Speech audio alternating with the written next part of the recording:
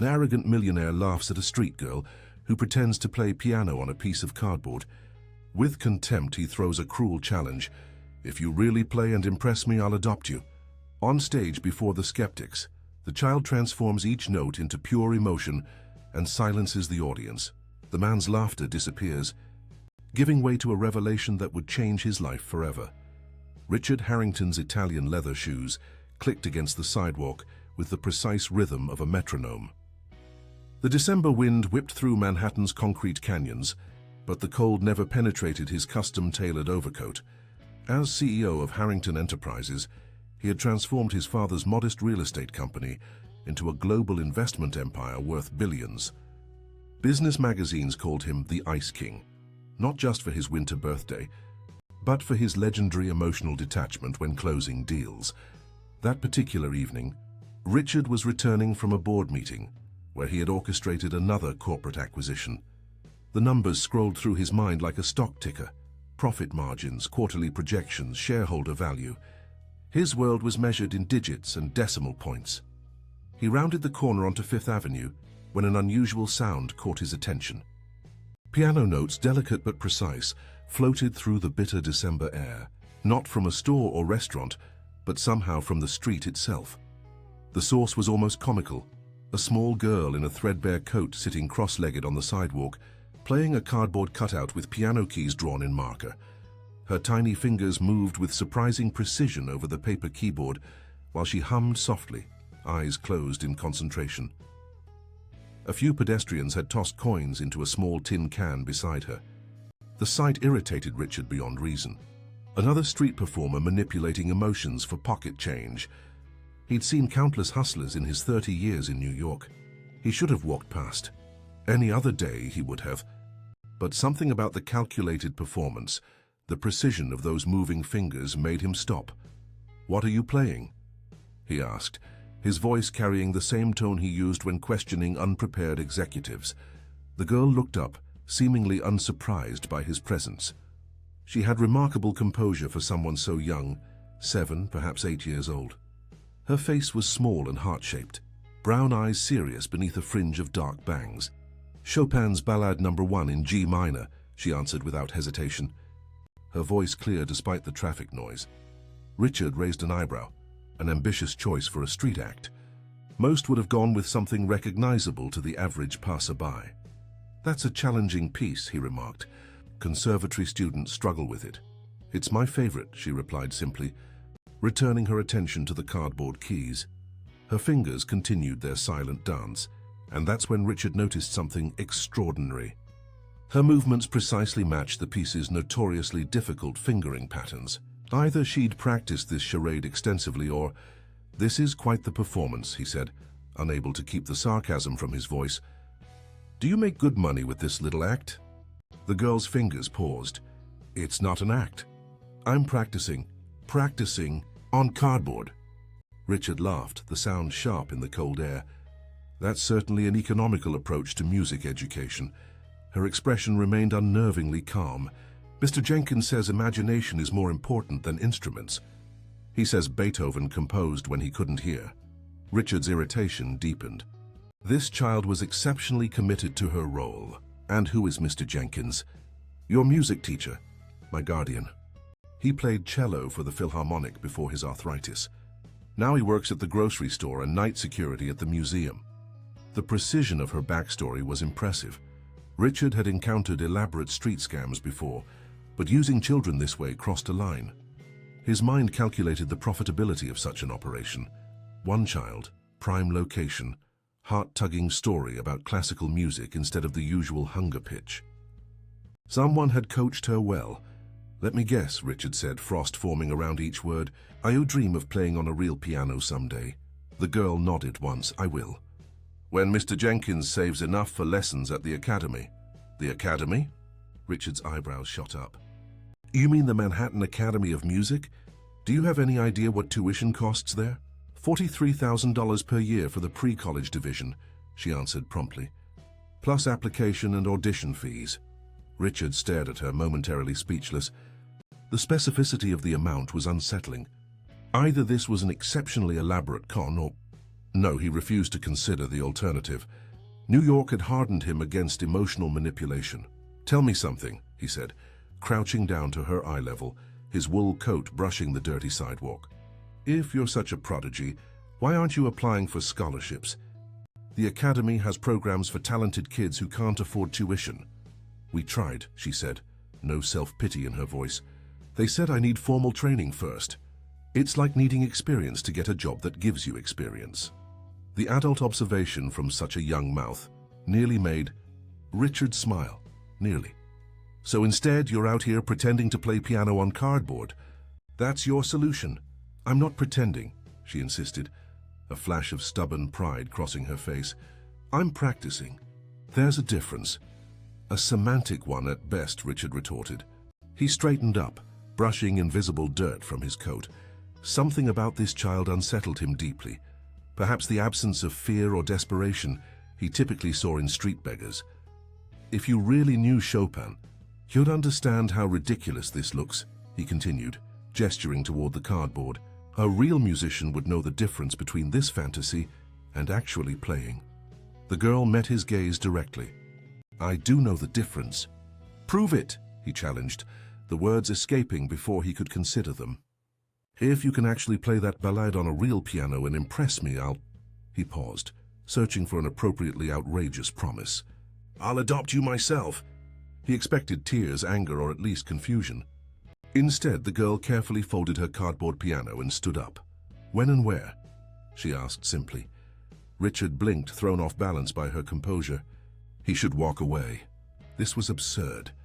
Yet something, curiosity perhaps, or the sheer audacity of her confidence, made him continue. "Tomorrow. 3 o'clock, Manhattan Academy of Music. I'll rent a recital hall."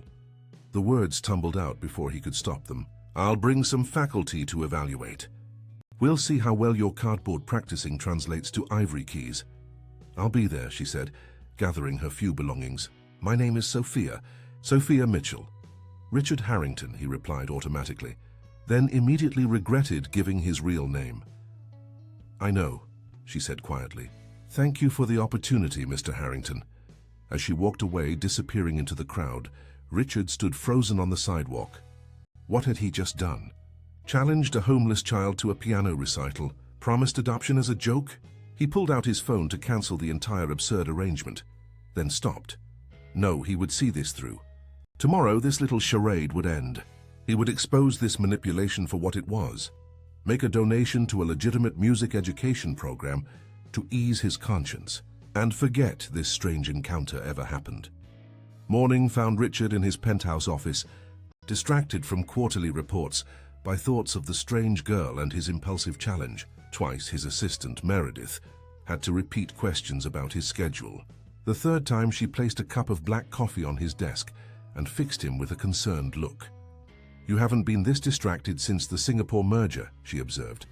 "What happened at the board meeting yesterday?" "The board meeting was fine," Richard said, rubbing his temples. "It's what happened after that's bothering me." He recounted the encounter with Sophia, expecting Meredith to laugh at the absurdity.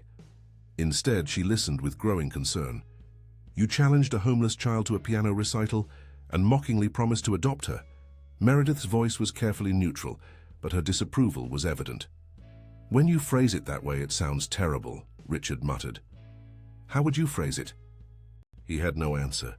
In the harsh light of morning, his actions seemed inexcusably cruel. "I was calling what I thought was a bluff," he finally said. "There was something calculated about her, like she was running a con." "On cardboard piano keys?" Meredith raised an eyebrow. "That's an elaborate hustle for pocket change."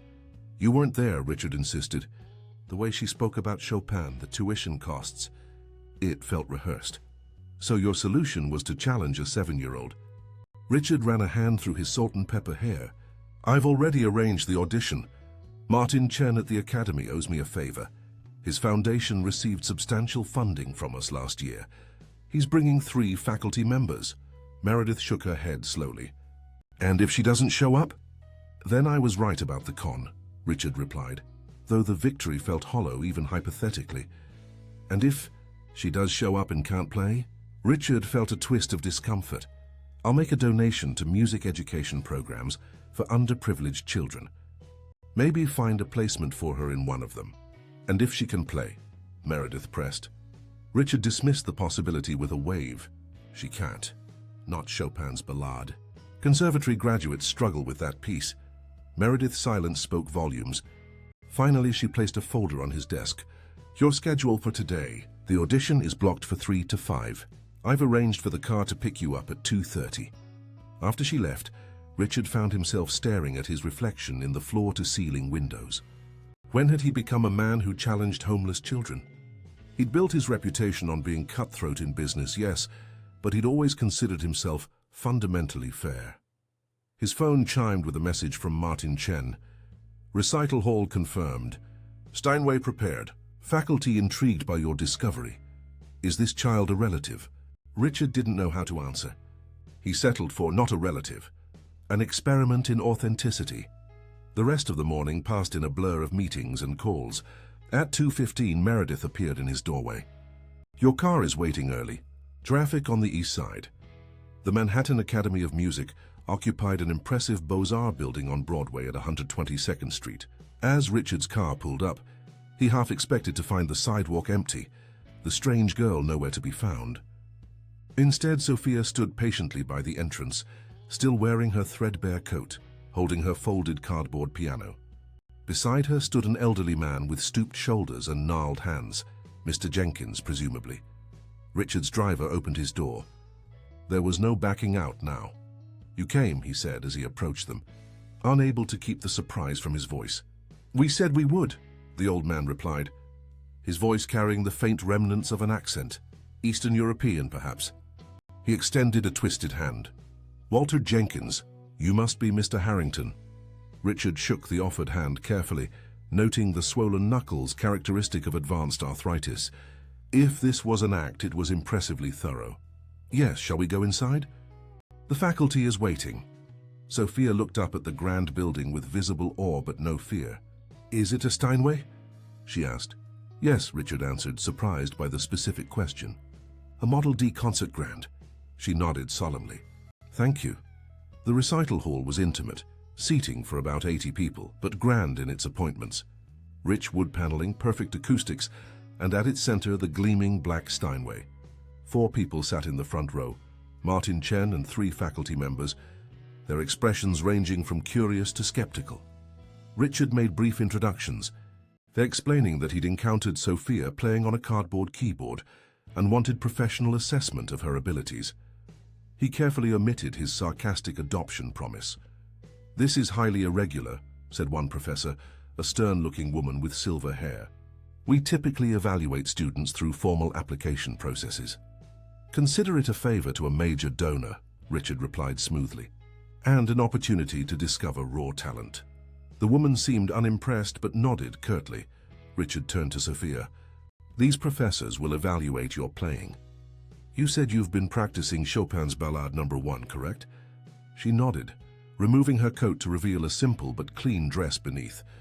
Mr. Jenkins took the coat and the cardboard piano, whispering something encouraging in her ear. Richard guided Sophia to the piano bench, noting how tiny she appeared before the massive instrument. This charade would end quickly, he thought. A child who had never had formal lessons couldn't possibly navigate Chopin's technical demands. Whenever you're ready, he said, retreating to sit beside the faculty. Sophia adjusted the bench, her feet barely reaching the pedals. She closed her eyes for a moment, took a deep breath and placed her hands on the keys. The opening G minor chord resonated through the hall with perfect weight and balance. Richard felt his spine straighten. The faculty members exchanged glances. Then came the descending melody, handled with a delicacy that seemed impossible from such small hands. Not just technically correct, but shaped with mature musicality, each phrase breathing and flowing into the next. By the time she reached the main theme, Richard's certainty had crumbled. This was no parlor trick or beginner's approximation. Her interpretation had purpose and direction, building the narrative tension inherent in the piece. When the challenging waltz section arrived, Richard held his breath. Professional pianists often stumbled here. Sophia's tempo remained steady, her left hand providing a solid foundation while her right navigated the intricate melody. She didn't simplify or compromise. She played exactly what Chopin had written, with all its formidable demands. The music soared and whispered, raged and reflected. Richard found himself leaning forward, captivated not just by the technical achievement, but by something more elusive, the emotional truth she conveyed through each note. This wasn't merely a child reproducing memorized finger patterns. This was artistry. As the final chords thundered through the hall, Richard glanced at the faculty. The stern woman had tears streaming down her face. Martin Chen sat motionless, his expression stunned. The other professors appeared equally affected, one frantically taking notes, the other simply staring with his mouth slightly open. The final note lingered in the perfect acoustics, then faded to silence. For several seconds, no one moved or spoke. Then, as if released from a spell, the faculty erupted in applause. Mr. Jenkins wiped tears from his weathered cheeks. Richard couldn't move. The girl who had been practicing on cardboard had just delivered a performance worthy of Carnegie Hall. Every assumption he'd made had been categorically wrong. Sophia turned on the bench to face them, her expression serious but with a hint of relief. She hadn't played to impress or manipulate. She had played because the music lived inside her. The stern professor approached the piano. "Where did you study?" she demanded, her voice unsteady. "I haven't had formal lessons," Sophia answered. "Mr. Jenkins taught me music theory, and I practice whenever I can find a piano." "Impossible," the professor whispered, but her tone suggested she was questioning her own understanding of reality rather than Sophia's statement. The faculty swarmed around Sophia, their questions overlapping in an eager cacophony. How had she learned? What other pieces did she know? Had she ever performed publicly? Richard stood apart, watching the scene unfold as if from a great distance. The certainty that had guided his entire life, his judgment of people, situations, opportunities, had just been shattered by a 7-year-old girl. Martin Chen approached him, excitement evident in his usually composed demeanor. "Richard, this child is extraordinary, a true prodigy. In 30 years of music education, I've never encountered such natural talent coupled with this level of technical development." "You believe she's self-taught?" Richard asked, still struggling to reconcile the performance he'd witnessed with the cardboard piano on the sidewalk. "No one is truly self-taught," Martin replied thoughtfully, "but her guardian clearly has musical knowledge. Still, to achieve this without formal training, without regular access to an instrument, it defies conventional understanding." He placed a hand on Richard's arm. "You must help this child, Richard. Talent of this magnitude appears once in a generation. To let it languish would be unconscionable." Richard nodded absently, his gaze fixed on Sophia. She was answering questions with that same unnerving composure, demonstrating a technique on the keyboard at a professor's request. Mr. Jenkins stood protectively nearby, his gnarled hands clasped before him, pride and anxiety warring on his weathered face. "I need to speak with her," Richard said, moving toward the piano before Martin could respond. The professors parted reluctantly, still buzzing with excitement. Sophia looked up at Richard's approach, her expression unreadable. "May I speak with you privately?" he asked. "You and Mr. Jenkins?" She nodded, sliding from the bench. Mr. Jenkins helped her into her coat with practiced tenderness. Richard led them to a small practice room adjacent to the recital hall. Once inside, he closed the door and faced them, suddenly uncertain what to say. How did one apologize for such profound misjudgment? "Your performance was," he began, then stopped, words failing him. "Adequate," Sophia suggested, a hint of challenge in her voice. Despite everything, Richard found himself smiling. "Extraordinary," he corrected. "Beyond anything I could have imagined." Mr. Jenkins placed his hands protectively on Sophia's shoulders. "She has a gift." "We have always known this." "More than a gift," Richard agreed. "A once-in-a-generation talent." He hesitated, then continued. "I owe you both an apology. My behavior yesterday was inexcusable. I made assumptions that were not only wrong but cruel." "You were skeptical," Sophia said matter-of-factly. "Most people are." Her lack of resentment was almost more disconcerting than her musical ability. What child responded to mockery with such equanimity? Skepticism doesn't justify cruelty, Richard said firmly. I'm sorry. Mr. Jenkins nodded once, accepting the apology with dignity if not warmth. What happens now, Mr. Harrington? The question hung in the air. What indeed? Richard had made a preposterous promise, one he'd never intended to honor. Yet something fundamental had shifted inside him during Sophia's performance. The faculty is clearly impressed, he said carefully. I'm certain they would offer Sophia a place in their program with a full scholarship. That would be wonderful, Mr. Jenkins said, his voice thick with emotion. It has been our dream. But there's something else, Richard continued, his heart racing inexplicably. Something I need to ask Sophia. He knelt down, bringing himself to her eye level. Yesterday I made a promise. A terrible, sarcastic promise that I never expected to fulfill. I said if you could impress me with your playing, I would adopt you. Sophia's expression remained steady. I remember. I was wrong to say that. Wrong to mock you. Wrong about everything. Richard took a deep breath. But I'm curious. Why did you accept my challenge? You must have known how cruel my offer was. Something flickered in her eyes, a calculation, a decision. I needed you to hear me play, she said simply. Why me specifically? Sophia glanced up at Mr. Jenkins, who gave her a slight nod. Because, she said, turning back to Richard, my mother asked me to find you before she went away. Richard felt as though the floor had disappeared beneath him. Your mother? Who is your mother? First to one to Mouse Elizabeth Mitchell. Before that, she was Elizabeth Harrington, your sister. The world seemed to tilt on its axis. Richard gripped the edge of a nearby piano bench to steady himself. That's impossible, he whispered. Elizabeth? My sister. She developed leukemia when she was 12. She didn't survive. Mr. Jenkins spoke quietly. She did survive, Mr. Harrington, against all odds. She was sent to a specialized treatment facility in Minnesota. When she recovered, she was told you and your father had moved on, that reopening old wounds would only cause pain.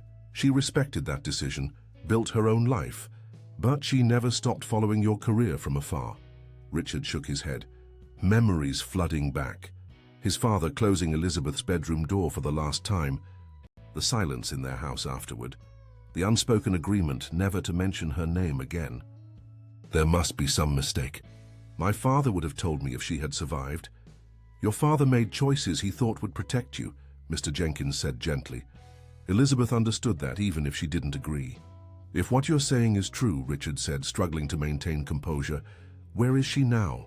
Why would she send Sophia to find me? Sophia answered, her voice small but steady. Mum got sick again 3 years ago.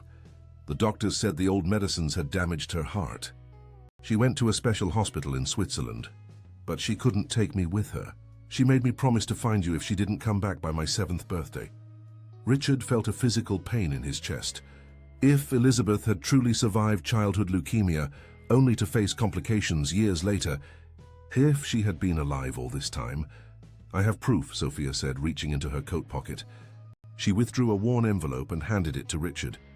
With trembling fingers, he opened it. Inside was a photograph he recognized immediately, himself and Elizabeth as children, sitting on the swing set in their Hampton summer home. On the back, in handwriting he hadn't seen in 25 years, remember the summers, Ricky? Lizzie. No one had called him Ricky since Elizabeth. It was their private name, one he'd forbidden anyone from using after he believed she had died. Accompanying the photo was a letter, dated 18 months earlier. Richard's eyes blurred as he scanned his sister's words, her explanation, her journey, her instructions to Sophia. And there in black and white, the revelation that shook the foundations of his carefully constructed world.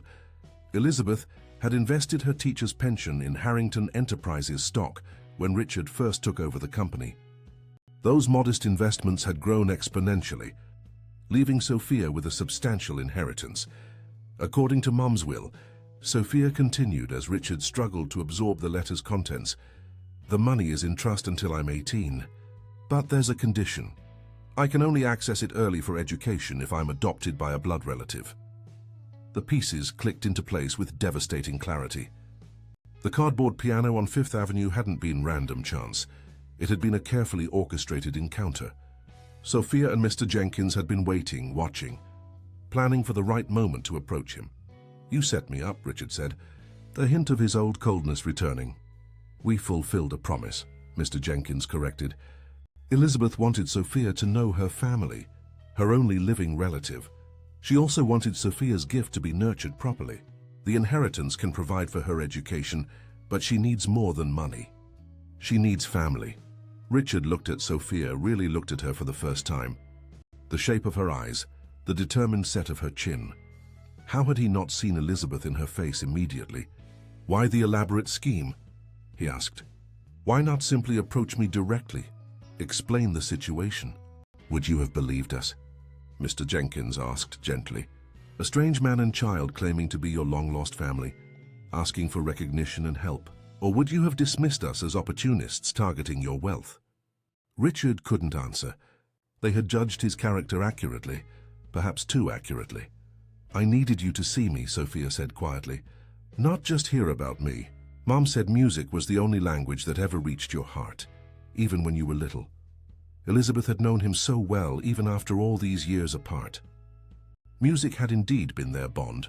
Piano lessons they had taken together, recitals where he had watched proudly as his little sister played with a passion he could appreciate but never replicate. What exactly are you asking of me? Richard finally managed to ask. Nothing you don't want to give, Mr. Jenkins said firmly. Sophia has me, we manage. The inheritance will secure her education when the time comes. Richard stared at the letter in his hands, Elizabeth's familiar handwriting both foreign and achingly familiar. 25 years of believing she was gone, of building walls around that particular pain, crumbled in an instant. His sister had been alive, watching him from afar, following his career, even investing in his company.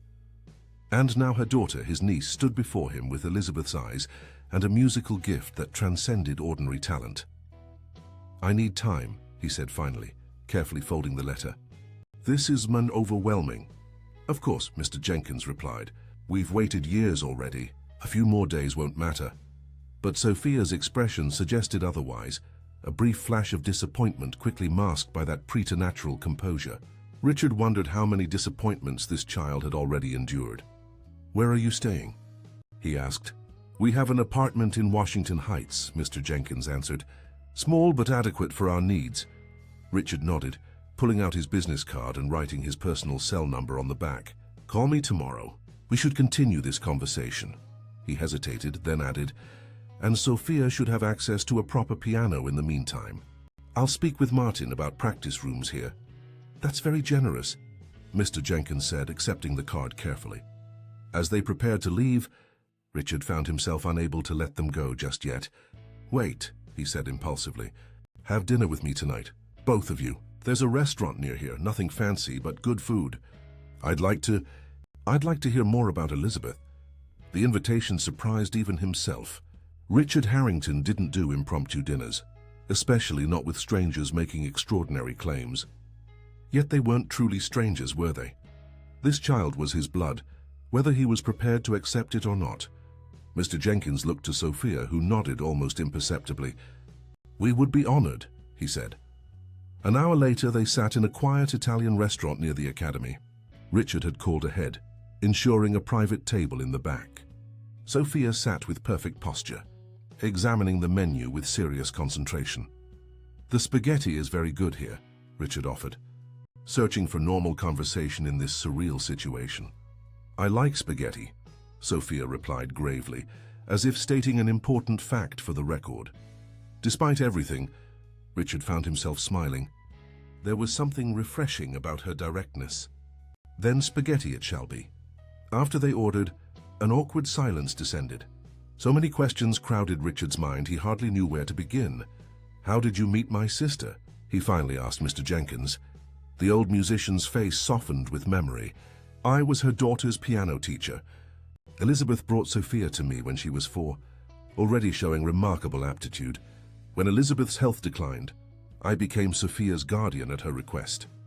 You're not related to them. Not by blood, Mr. Jenkins acknowledged, but family takes many forms, Mr. Harrington. Elizabeth knew I would protect Sophia's gift and her future with my life. Richard nodded slowly, studying the man's weathered face.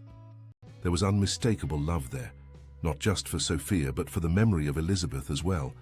Were you and my sister friends? Mr. Jenkins supplied firmly. I was married for 42 years before my wife passed. Elizabeth was like a daughter to me. Their food arrived, temporarily pausing the conversation. Richard watched as Sophia methodically twisted perfect spirals of spaghetti onto her fork. A small thing, but it spoke of discipline and attention to detail beyond her years. "Tell me about yourself, Sophia," Richard said. "Besides piano, what do you enjoy?" She considered the question seriously. "Books, especially about astronomy. And chess. Mr. Jenkins is teaching me, but he always wins." "Not always," the old man protested with a gentle smile. "Last Tuesday you had me thoroughly defeated." "You let me win," Sophia said with certainty. "Your knight sacrifice was illogical." Richard felt an unexpected warmth in his chest. This precocious, serious child was undeniably related to him. The same analytical mind, the same attention to patterns and strategies. "I play chess as well," he offered. "Perhaps we could play sometime." Sophia's eyes lit up momentarily before her composure reasserted itself. "I would like that." As the meal progressed, Richard found himself relaxing incrementally. He asked about Elizabeth, her life as a music teacher in Connecticut, her quiet strength through recurring health challenges, her determination to give Sophia a normal childhood despite everything. Each detail was precious, filling gaps in a story he had thought concluded decades ago. "She followed your career closely," Mr. Jenkins said as they shared dessert, a tiramisu that Sophia approached with the same serious deliberation she gave everything else. "Business journals, financial news. She kept a scrapbook of your achievements." Richard swallowed hard. "Yet she never contacted me." "She tried once," Mr. Jenkins revealed. "About 12 years ago, she went to your office building intending to surprise you. She saw you in the lobby with your father."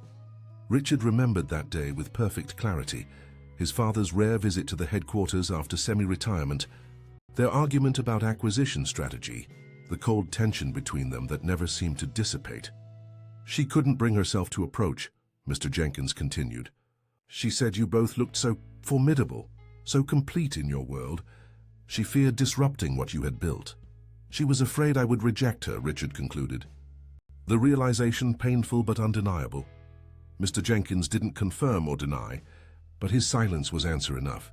"And now," Richard asked, directing his question to Sophia, "what do you want from me?"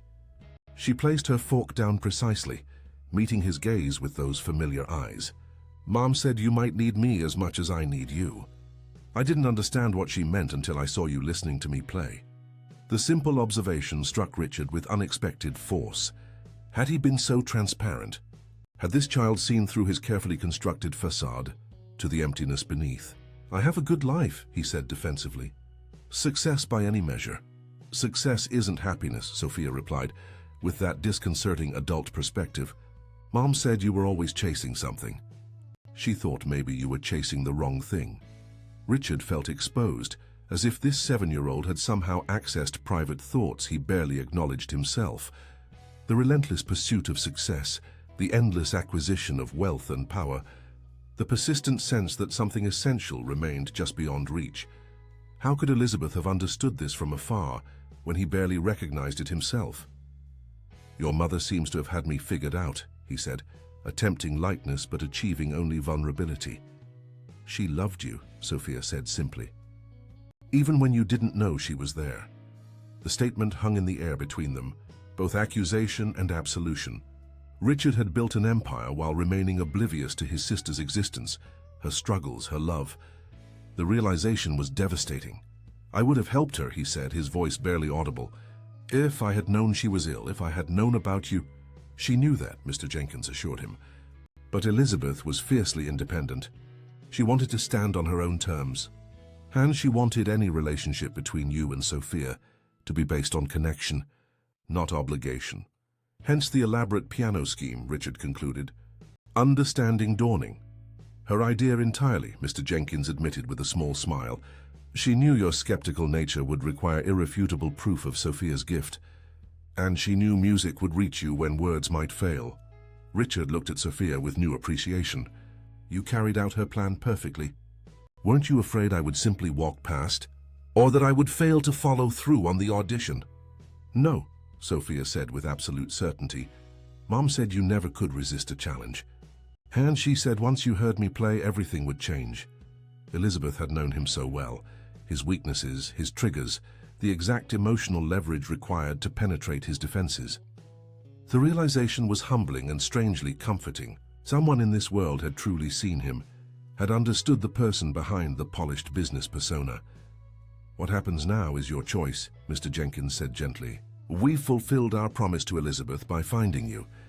What comes next must be your decision, made freely and without pressure." Richard looked between them, the elderly guardian with his dignified devotion and the remarkable child who had upended his carefully ordered existence in less than 24 hours. The sensible course would be to establish distance, to process this revelation carefully, to involve lawyers and verification processes before acknowledging any relationship. 3 weeks later, Richard sat in his attorney's office, reviewing the documentation spread across the polished mahogany table. Birth certificates, medical records, financial statements, DNA test results, the paper trail of a life he had never known existed.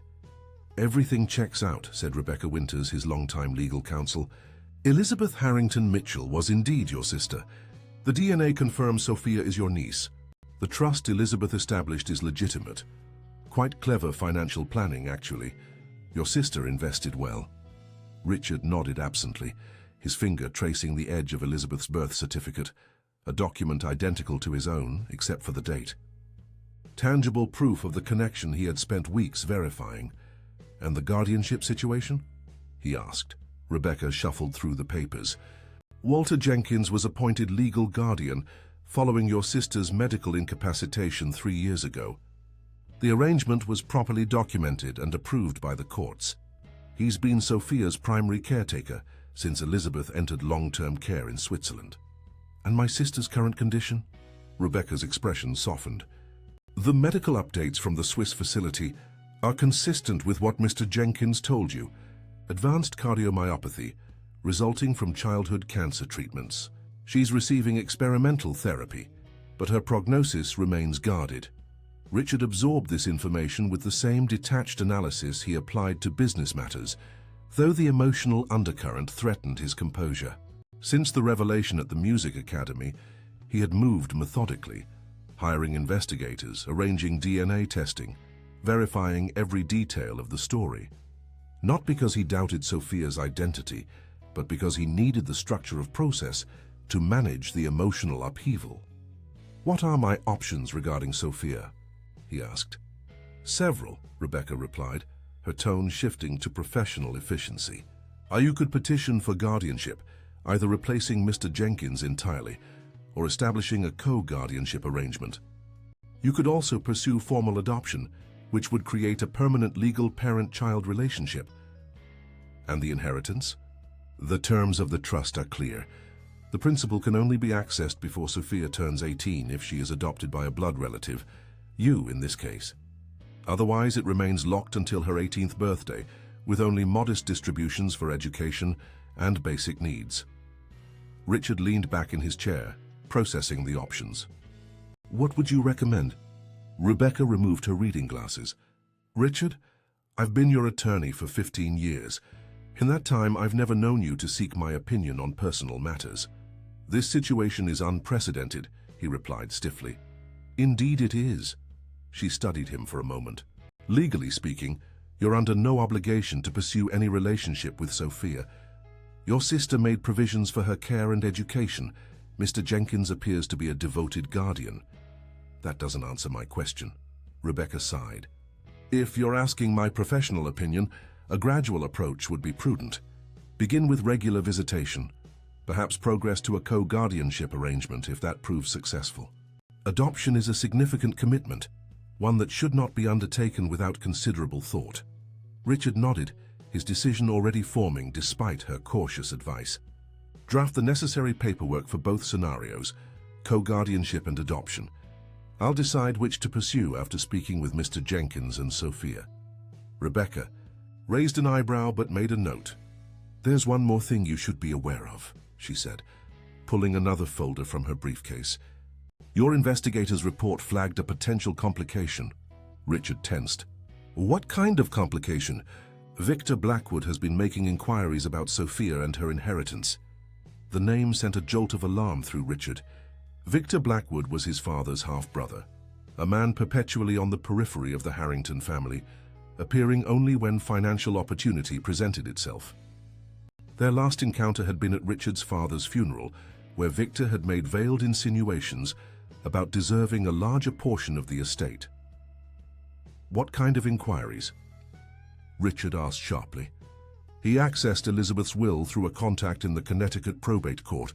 He's aware of the trust's existence and its substantial value. According to your investigator, he's been asking questions about Sophia's guardianship status. Richard's jaw tightened.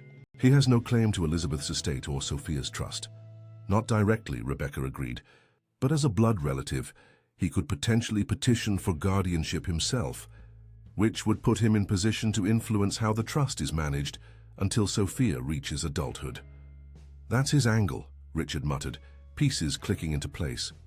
Victor had always been shrewd about finding legal pathways to other people's money. How would he even know about Sophia's existence? Rebecca shrugged. Hard to say. Perhaps he maintained some contact with Elizabeth over the years. Or he might have been monitoring your activities and noticed the sudden interest in a child prodigy. Richard drummed his fingers on the table, his strategic mind calculating moves and counter-moves. How much time do we have before he makes a move? Impossible to predict. But the fact that he's gathering information suggests he's in the planning stages. Accelerate the paperwork, Richard decided. I want the guardianship documents filed by the end of the week, and put our best people on monitoring Victor's activities. After the meeting, Richard stood on the sidewalk outside the law office, letting the crisp autumn air clear his head.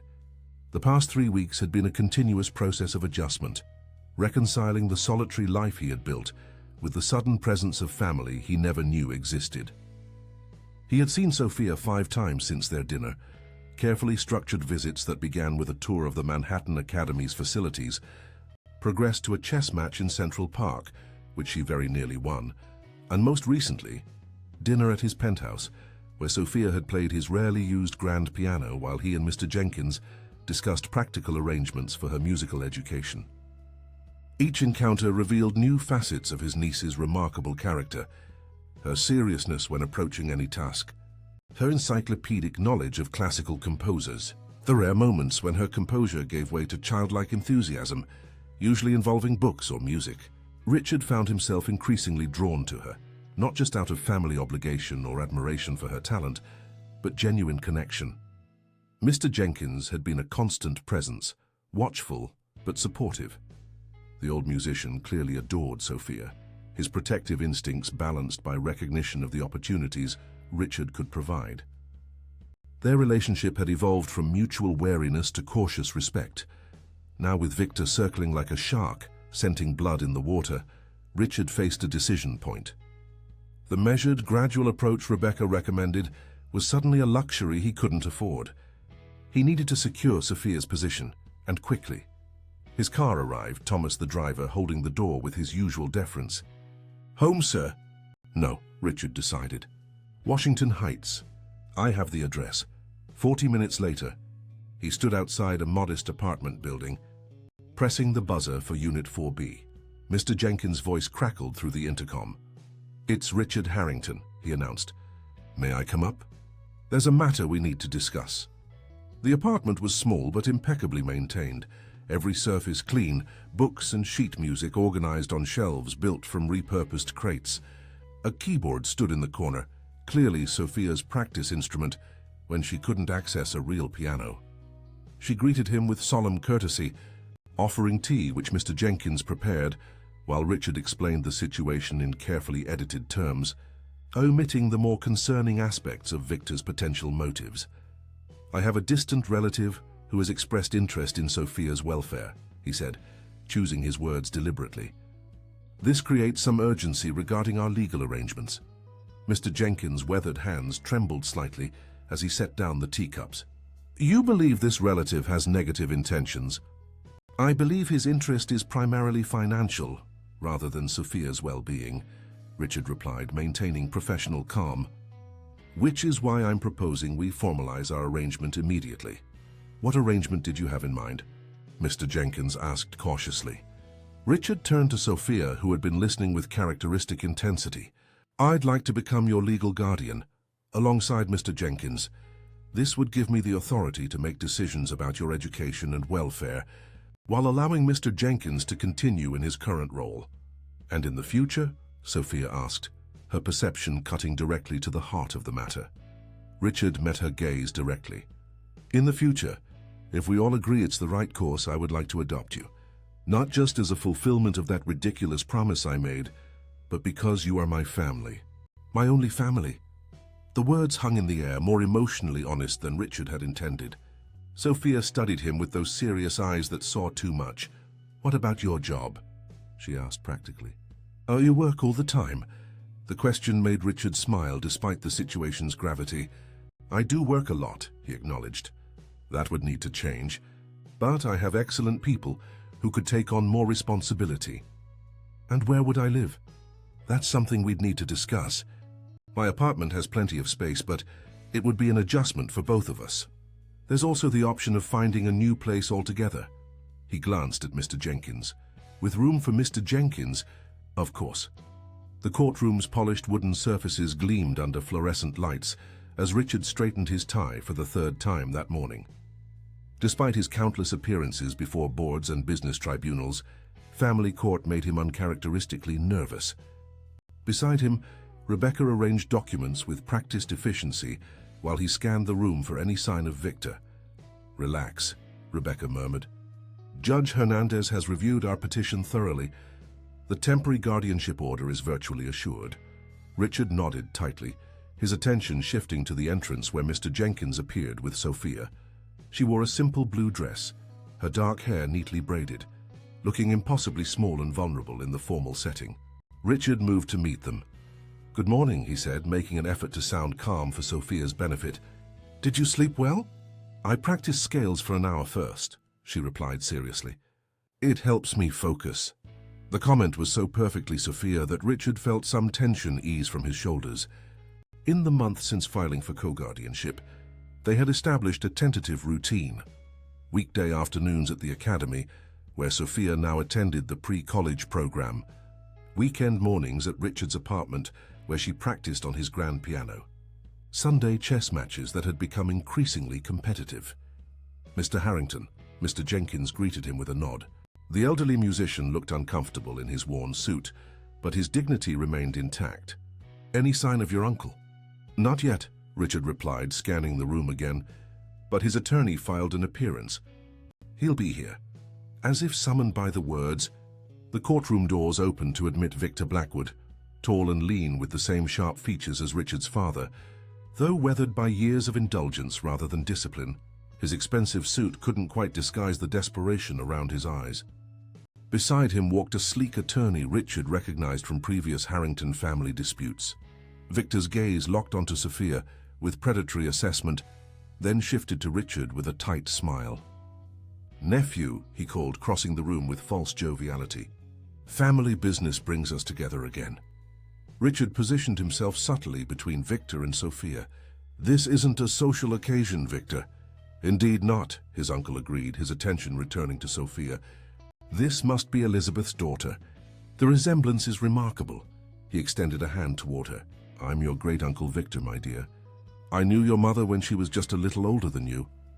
Before Sophia could respond, the courtroom deputy called for attention as Judge Hernandez entered. Everyone took their places, Richard and his party on one side, Victor and his attorney on the other. The proceedings began with formal introductions. Judge Hernandez, a stern woman with silver-streaked hair and penetrating eyes, reviewed the case file with methodical attention. "We have before us 2 petitions," she noted. "Mr. Richard Harrington seeks co-guardianship of the minor Sophia Mitchell to serve alongside her current guardian, Mr. Walter Jenkins. Mr. Victor Blackwood seeks to replace Mr. Jenkins as sole guardian." She looked up over her reading glasses. "Mr. Blackwood, as the challenging party, please present your case first." Victor's attorney rose smoothly. "Your Honor, my client is the great-uncle of the child in question and a blood relative of equal standing to Mr. Harrington. He has a stable home, financial resources, and deep concern for his grandniece's welfare. We contend that the current guardianship arrangement with Mr. Jenkins, a non-relative with limited resources and advancing age, is not in the child's best interests. And what is your client's relationship history with the child? Judge Hernandez asked. The attorney hesitated. Mr. Blackwood was not aware of Sophia's existence until recently. Elizabeth Mitchell, the child's mother, did not maintain close contact with the extended family. Yet he now feels qualified to assume full guardianship? Family bonds transcend time and distance. Your Honor, my client wishes to provide Sophia with the advantages his position affords, particularly in light of her musical talent, which will require substantial financial support to develop properly. Richard tensed at the transparent reference to Sophia's trust fund. Victor had clearly done his research about her prodigious abilities. When Rebecca presented their case, she emphasized the established relationship between Sophia and Mr. Jenkins, the careful vetting Richard had conducted before proposing co-guardianship, and the structured plan they had developed for Sophia's education and welfare. Mr. Harrington does not seek to disrupt Sophia's life, but to enhance it, Rebecca concluded.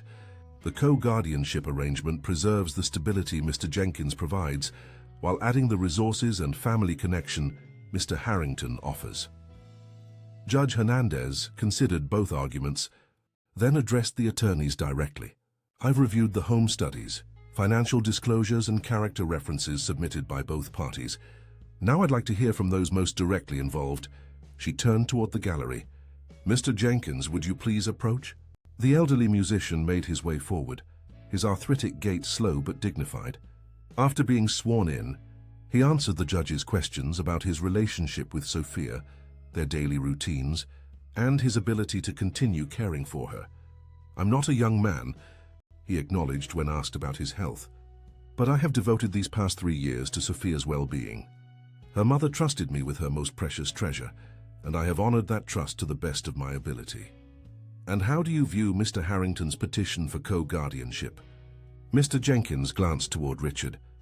Initially, I was cautious, but Mr. Harrington has demonstrated genuine concern for Sophia beyond material advantages. He has taken time to know her, to understand her needs and her remarkable gift. I believe Elizabeth would approve of his involvement in her daughter's life. And Mr. Blackwood's petition? A subtle tightening of Mr. Jenkins' jaw was the only indication of his feelings. I have not had the opportunity to know Mr. Blackwood. I cannot speak to his suitability.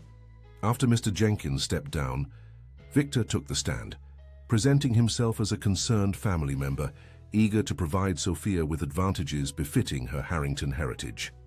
His testimony was polished, focusing on family legacy and responsibility, while subtly undermining Mr. Jenkins' capacity to nurture a musical prodigy. The child deserves better than a cramped apartment and a caretaker who can barely afford proper piano lessons, he concluded with practiced concern. The Harrington name carries certain obligations and privileges. Throughout the testimonies, Richard watched Sophia, who sat with perfect posture, her expression revealing nothing. How much did she understand about the proceedings, about Victor's true motivations? Her composure both impressed and worried him. Finally, Judge Hernandez called Sophia forward. A court officer adjusted the microphone to her height as she took the oath with solemn precision. Sophia, the judge began gently, I know these proceedings must be confusing and perhaps a bit scary, but I need to understand your feelings about the people asking to be your guardians. Can you tell me about living with Mr. Jenkins? Sophia's voice was clear and steady. Mr. Jenkins taught me everything important: how to read music, how to hear the story inside each piece, how to be patient when my fingers won't do what my mind wants. And he takes good care of you.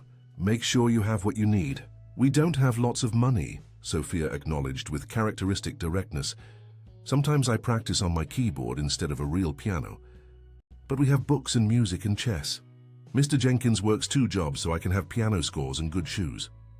The simple statement hung in the air, more powerful than any argument about material advantages. What about Mr. Harrington? Judge Hernandez continued. You've spent time with him recently. How do you feel about him becoming your guardian, alongside Mr. Jenkins? Sophia considered the question with the same seriousness she gave to everything. At first I thought he was mean. He laughed at my cardboard piano. But then he listened, really listened, when I played. Now he listens to me about other things too, she paused. He's learning. A murmur of surprised laughter rippled through the courtroom. Richard felt heat rise in his face, humbled by her assessment. Learning what? The judge asked, her own expression softening. How to care about something besides money, Sophia replied matter-of-factly. He's getting better at it. More laughter quickly stifled. Victor shifted uncomfortably in his seat. And Mr. Blackwood? Have you spent time with him? No, ma'am. I just met him today. How would you feel about living with him instead of Mr. Jenkins? Sophia's composure wavered for the first time. I don't want to leave Mr. Jenkins. He promised my mother he would take care of me, and he always keeps his promises. She glanced toward Victor, then back to the judge. Mr. Blackwood looks at me like I'm a thing, not a person. Victor's attorney rose to object, but Judge Hernandez silenced him with a raised hand. The court is interested in the child's perceptions, Counselor. She turned back to Sophia. One last question. If you could design your own family, what would it look like? The question seemed to surprise Sophia. She thought for a moment, then answered with unexpected poetry, a family is like an orchestra.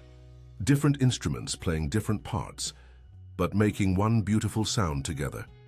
Mr. Jenkins is like the cello, steady and warm, holding everything together. Mr. Harrington is like the piano, complicated with lots of moving parts inside, but capable of playing both melody and harmony. She glanced at Victor briefly. I don't know what instrument Mr. Blackwood would be. I haven't heard him play yet. Judge Hernandez's stern expression softened into a genuine smile. Thank you, Sophia. You've been very helpful. After a brief recess, Judge Hernandez delivered her ruling. She approved the co-guardianship petition filed by Richard and Mr. Jenkins, citing the established relationship with Mr. Jenkins, the developing relationship with Richard, and most importantly, Sophia's clear preference. 6 months later, sunlight streamed through the floor-to-ceiling windows of Richard's penthouse, now transformed from a sterile showcase of wealth into a home. Sheet music sat alongside financial reports on the coffee table. A child-sized chess set occupied a permanent place by the fireplace. Photographs, some new, some recovered from storage, documented the Harrington family across generations, including a central portrait of Elizabeth that Richard had commissioned from a single surviving photograph. In the corner, where his unused grand piano had once gathered dust, Sophia practiced diligently. Her small fingers navigated Debussy's Clair de Lune with delicate precision, drawing emotion from each phrase that belied her 8 years. Richard watched from the doorway, coffee in hand, still sometimes struck by the improbability of his transformed life. The past 6 months had been a continuous adjustment, logistical, emotional, and professional. The sprawling penthouse now contained a wing dedicated to Sophia, including a bedroom decorated with astronomy charts and musical motifs. An adjacent suite housed Mr. Jenkins, whose health had improved remarkably once relieved of working double shifts. Most surprising to Richard was how naturally they had evolved into a functioning family unit. Mr. Jenkins provided the daily stability and musical guidance Sophia needed. Richard contributed resources, connections, and an expanding capacity for patience and affection. They balanced each other's strengths and weaknesses with increasing harmony. Professionally, Richard had made unprecedented changes. He'd appointed a chief operating officer to manage daily operations at Harrington Enterprises, reduced his working hours, and most shockingly to his executive team, begun declining non-essential business travel. For the first time in his adult life, something outranked profit margins and strategic acquisitions in his priorities. His reverie was interrupted as Meredith arrived, tablet in hand, ready for their weekly schedule coordination. After years as his executive assistant, she had adapted to his new circumstances with remarkable flexibility, now managing not just his business affairs, but helping coordinate Sophia's increasingly complex activities. "Good morning," she greeted him, nodding appreciatively toward the music. "She's mastering the rubato passages beautifully." "I'm told that's the challenging part," Richard replied with a smile. Meredith's husband taught at Juilliard, making her unexpectedly knowledgeable about Sophia's musical development. They moved to the kitchen, to avoid disturbing Sophia's practice. Mr. Jenkins was already there, preparing a pot of tea with methodical care, his arthritic hands stronger, since beginning the physical therapy Richard had arranged. "Let's review the week," Meredith began, bringing up the shared calendar. "Sophia has academy classes Monday through Thursday, masterclass with Dr. Abramson on Tuesday afternoon, regular lessons with Mr. Chen on Wednesday and Friday. The spring recital is in 3 weeks. She's scheduled for 20 minutes in the second half." Richard nodded, mentally adjusting his meeting schedule to ensure he would attend every event. "What about the Switzerland trip? Have we confirmed arrangements?" Mr. Jenkins looked up from his tea preparation. Dr. Hoffman confirmed Elizabeth can receive visitors next week. The treatment response continues to be positive. The most unexpected development of the past 6 months had been the cautious improvement in Elizabeth's condition. The experimental treatment in Switzerland, previously maintaining but not improving her heart function, had begun showing modest success. While her physicians remained guarded about long-term prognosis, they had recently approved short family visits. "I've arranged the private medical transport as discussed," Meredith continued. "The apartment near the clinic is reserved for 2 weeks. Sophia's academy instructors have prepared independent study materials for her absence." Richard felt the familiar mixture of anxiety and hope that accompanied any discussion of Elizabeth. The prospect of reuniting with his sister after 25 years seemed simultaneously miraculous and terrifying. What would she think of the man he had become? Would she approve of his role in Sophia's life? As if sensing his thoughts, Mr. Jenkins placed a cup of tea before him. "Elizabeth will be proud of what you've built here," he said quietly. "This family you've created for Sophia." Before Richard could respond, the doorbell rang. Meredith checked her watch with surprise. That must be the piano tuner. He's early. But when Richard opened the door, he found Martin Chen from the academy instead, his expression alight with barely contained excitement. "Richard, forgive the unannounced visit, but this couldn't wait." He thrust an envelope forward. "The National Young Artists Competition results were just announced. Sophia is among the 5 finalists. The prestigious competition, normally closed to students under 12, had made a rare exception after Sophia's audition video circulated among the selection committee. Even being considered had been extraordinary. Becoming a finalist was unprecedented." Richard accepted the envelope, momentarily speechless. "That's remarkable. Does she know?" "Not yet. As her guardian, you were notified first." Martin's expression grew more serious. "This will change things, Richard. The finals are performed with full orchestra at Carnegie Hall. The media attention will be significant." The implications settled over Richard. Until now, they had managed to keep Sophia's development relatively private, shielding her from the potential pressures of public prodigy status.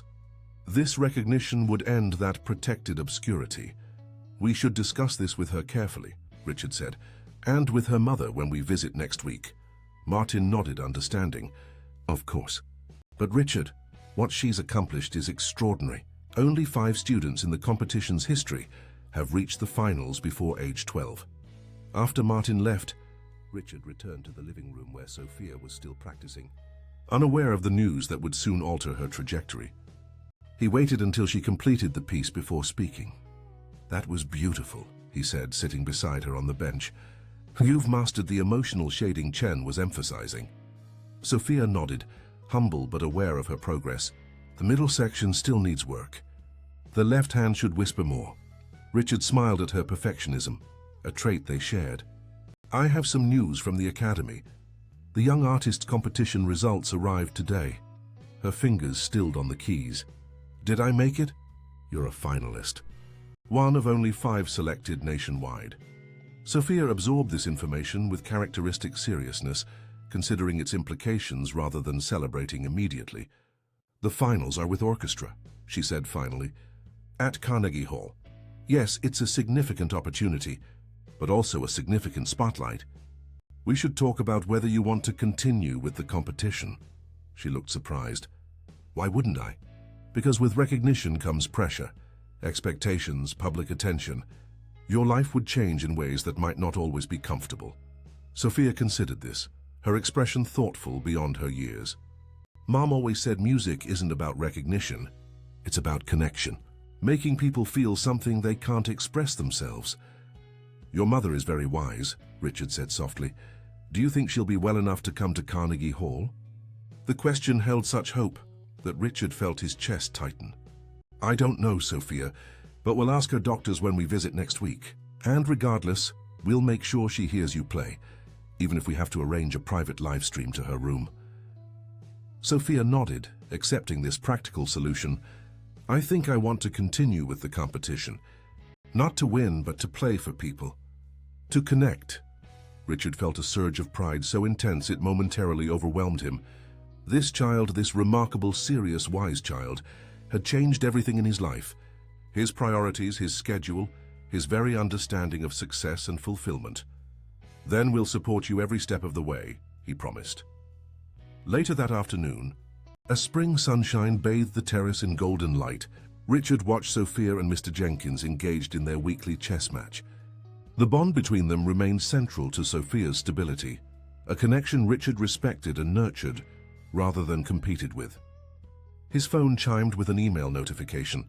The final adoption paperwork was ready for review. After 6 months of co-guardianship, they had jointly decided to proceed with formal adoption, creating a permanent legal family that reflected their emotional reality. The process had been surprisingly smooth. Victor had withdrawn his custody challenge after a private meeting with Richard, the details of which remained confidential but involved a financial settlement contingent on Victor's permanent removal from Sophia's life. The court had recognized the successful co-guardianship and expressed support for the adoption petition. Your move, Mr. Harrington, Sophia called from the chess table. We need your strategic expertise. Richard joined them, examining the board where Mr. Jenkins appeared to be in trouble. The knight is vulnerable, he observed, slipping into the game's rhythms. Precisely, Sophia agreed seriously, but it's a trap. If he takes my knight, he loses his queen 3 moves later. Mr. Jenkins chuckled. She's become quite the strategist. I suspect she'll be beating you consistently within a year. I have no doubt, Richard agreed, feeling no competitiveness, only pride. As they played, Richard reflected on the upcoming trip to Switzerland, the reunion with Elizabeth, the sharing of all that had transpired, the uncertain future of her treatment. There would be difficult conversations and emotional revelations, but they would face them together, as a family. Later that evening, after Sophia had gone to bed, Richard sat at his desk reviewing the adoption paperwork. The formal language attempted to capture the profound relationship that had developed naturally over the past 6 months, a connection that transcended legal definitions. I saw. Soft knock at his study door revealed Mr. Jenkins, holding a folder of his own. May I interrupt? Of course. Richard gestured to the chair opposite his desk. Adoption paperwork, he asked, nodding to the folder. No, something else entirely. Mr. Jenkins opened the folder carefully. Sophia has been working on a composition. She asked me to review it technically, but wanted to surprise you with the finished piece. He handed over several pages of music manuscript, carefully notated in Sophia's precise handwriting. At the top of the first page was the title, Family for My 2 Fathers. Richard stared at the title, emotion threatening his composure. She's writing music now? She's been studying composition with Chen for the past 2 months. This is her first completed work. Mr. Jenkins smiled gently. She's planned to perform it after the adoption is finalized, a gift to celebrate our official family. Richard traced the notes on the page, unable to hear the music they represented, but deeply moved by the sentiment they embodied. From a chance encounter on a winter sidewalk to this moment, the journey seemed both improbable and inevitable. She's changed everything, Richard said quietly. Children do that, Mr. Jenkins agreed, but you've changed as well. The man who mocked a child's cardboard piano would not recognize the father. You've become father. The word still occasionally startled Richard, though he had grown increasingly comfortable with its responsibilities and joys. I have much to thank Elizabeth for, he said. Not just for Sophia, but for her foresight in bringing us together this way.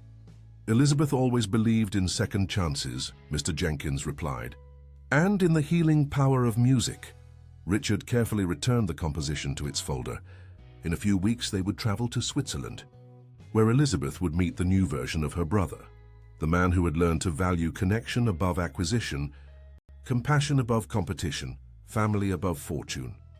In a few months, they would stand in a courtroom as their unusual family received legal recognition.